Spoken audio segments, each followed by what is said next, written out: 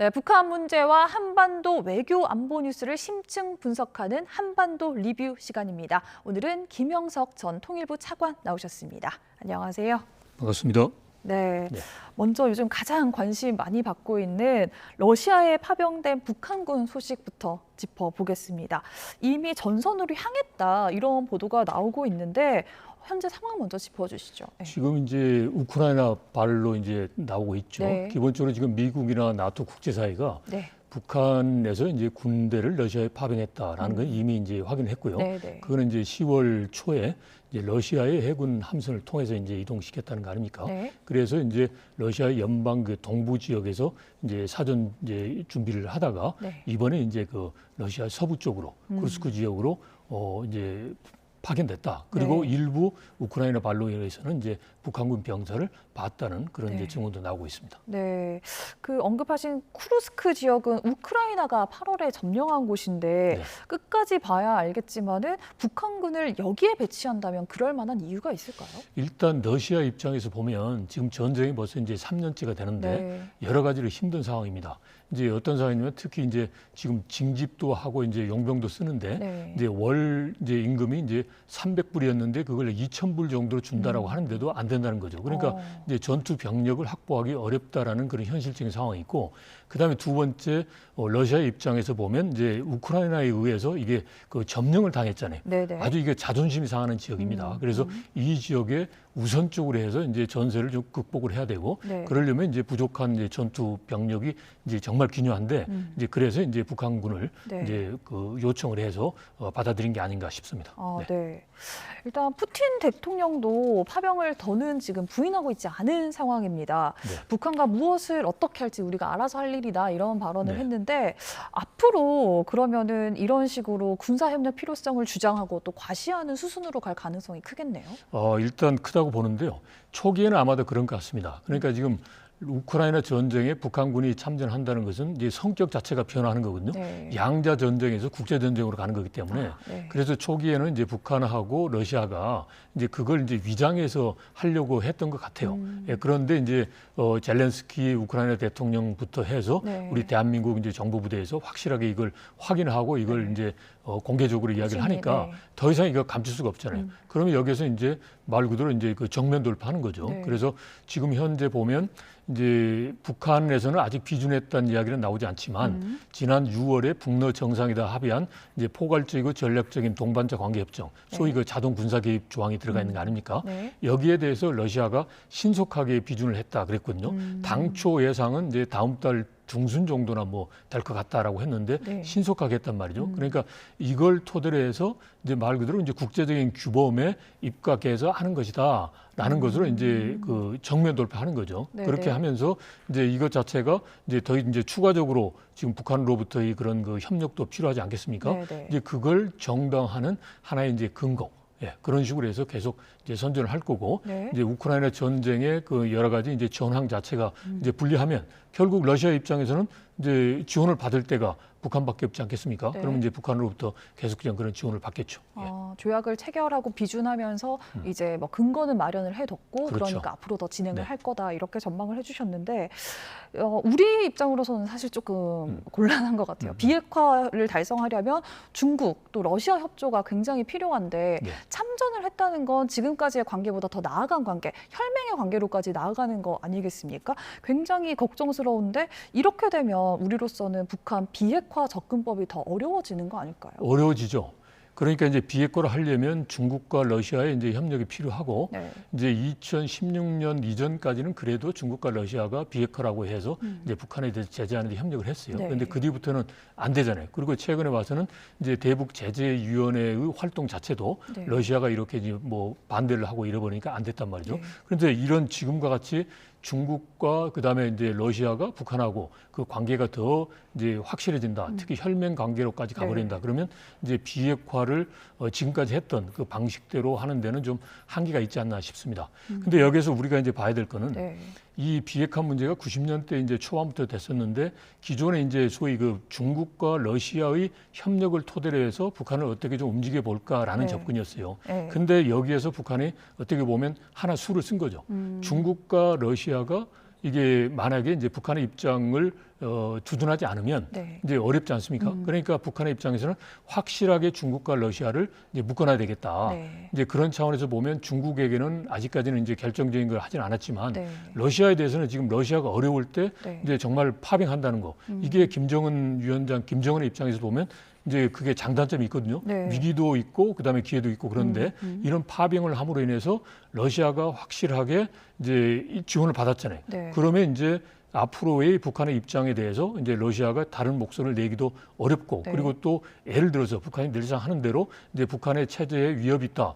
그러면 이제 북한이 했던 것처럼 러시아의 그런 그 군사적인 지원도 자동으로 이제 오게 되는 거니까 네. 어떻게 보면 이제 중국과 러시아가 북한의 입장에 배치되는 행동을 하지 못하도록 이제 김정은 위원장이 네. 이제 이런 그 일조 어떻게 보면 좀 노림수를 네. 이제 썼다라고도 볼 수가 있는 거죠. 그래서 그렇다면 우리 입장에서는 지금까지의 비핵화 접근, 중국과 러시아의 협력을 전제로 한 비핵화 이런 노력도 해야 되겠죠. 네, 그렇지만 네. 이것보다는 전체적으로 이제 소위 북중로의 협력이 강화되고 그러면 그 북중로의 그 협력이 약화되고 북중로의 힘이 이제 쇠락되는 네. 이제 그런 방향으로 이제 접근을 하면서 비핵화 문제도 해결될 수 있도록 네. 해야 되는 거죠. 그러니까 좀 더 포괄적이고 좀 더 복잡해진 거죠. 예. 그런데 또 한편으로는 러시아와는 굉장히 밀착하고 있으면서도 중국과는 조금 소원한 모습을 좀 많이 보여오는 것 같은데 그렇지 않나요? 저는 그렇게 안 봅니다. 이제 소원한 건 아니고 지금까지 전통적으로 보면 이제 기본적으로 이제 뭐 오늘이 보면 그 네. 중공군이 한국 전쟁에 참전한 74주년이에요. 네. 그래서 지금 중국과 북한이 다 이렇게 이제 기념을 했잖아요. 네, 네. 그러니까 이제 소위 그 중국이 소위 국민당에 이제 쫓길 때도 그다음 네. 북한에서 이제 도움을 줬고 마찬가지로 6.25 전쟁에서 이제 북한이 괴멸위기에 빠졌을 때 네. 중공군이 도와줬기 때문에 중북 관계는 비록 약간의 보면 좀 굴곡은 있지만 이게 근본적인 혈맹 관계예요. 네. 그러니까 최근에도 보면 그런데 그거를 그동안은 함께 기념하다가 이번에는 따로 기념을 한 것들도 조금 의미 부여를 하던데 그런 거는 전혀 그걸 상관이 그렇게 없나요? 네. 뭐 아주 의미를 너무 그렇게 심각하게 둘 건 아닌 거고요. 네. 왜냐하면 이제 전략적으로 북한하고 중국이 있기 때문에 공동으로 하지 않았다라고 해서 그런 근본적인 관계가 훼손된다라고는 이제 보는 것은 너무 좀 그 과한 해석이 아닌가 싶습니다. 네. 네, 알겠습니다. 이제 사실 가장 궁금한 건 예. 북한이 왜 이런 선택을 했느냐, 파병이라는 선택을 했느냐, 이게 사실 가장 궁금한 부분이에요.